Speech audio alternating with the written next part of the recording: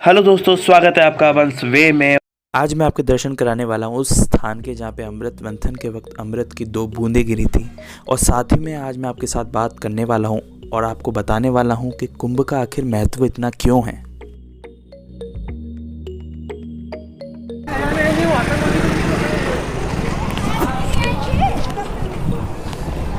तो अभी हमने काल भैरव के दर्शन किए थे। उसके बाद ऐसा बताते हैं कि अगर आपने वहाँ पे प्रसाद चढ़ाया है, दर्शन किए हैं, तो यहाँ आना विशेषकर ज़रूरी है। क्योंकि ऐसा बताते हैं हमारे इतिहासकार कि यहाँ पर जब अमृत मंथन हुआ था तो अमृत की जो 2 बूंदें थी वो इसी जगह पे गिरी थी। और इस जगह की विशेषता एक और है कि जो कुंभ का मेला लगता है वो यहीं पर लगता है और यहीं पर सब स्नान करते हैं। तो आइए हम भी छींटे लगाते हैं अपने ऊपर थोड़े। यहाँ से लाइन से आपको पूरे घाट देखने को मिलेंगे।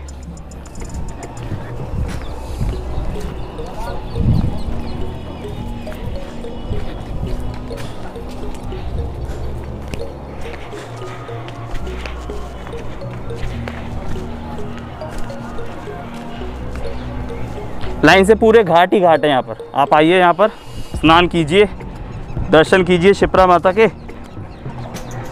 और आनंद लीजिए। पर विशेषकर ध्यान रखिए, गंदगी ना फैलाइए।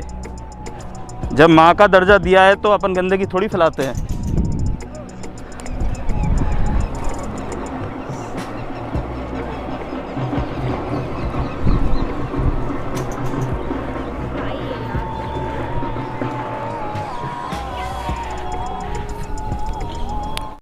अमृत मंथन के वक्त अमृत पर अधिकार को लेकर देवता और दानवों के बीच लगातार 12 दिन तक युद्ध चला, जो धरती के 12 वर्ष के समान होता है। इसलिए कुंभ भी 12 होते हैं। उनमें से 4 कुंभ पृथ्वी पर होते हैं और 8 कुंभ देवलोक में होते हैं। पौराणिक कथा के अनुसार कुंभ मेले का सीधा संबंध ग्रहों से है।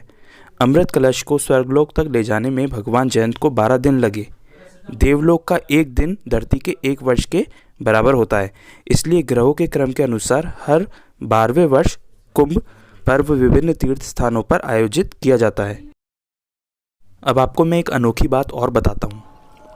अमृत की बूंदें कलश में से गिरी और वो 4 स्थानों पर गिरी, जिनमें से गंगा नदी में गिरी जो कि प्रयाग और हरिद्वार में गिरी, गोदावरी नदी नासिक में गिरी और शिप्रा नदी उज्जैन में गिरी, जहाँ पर अभी हम खड़े हैं।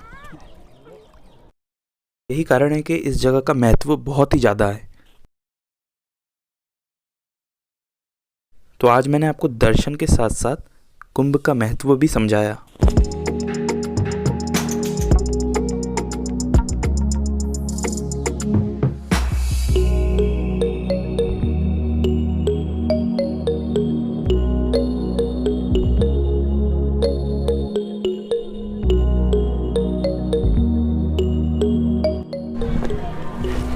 तो ये दर्शन हो गए हमारे शिप्रा नदी के घाट के।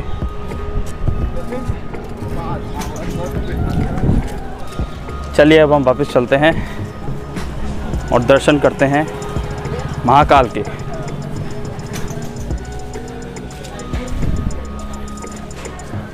जो कुंभ का मेला है, जो 12 साल में एक बार पड़ता है, वो यहीं होता है और यहीं स्नान होता है पूरा। ये देखिए।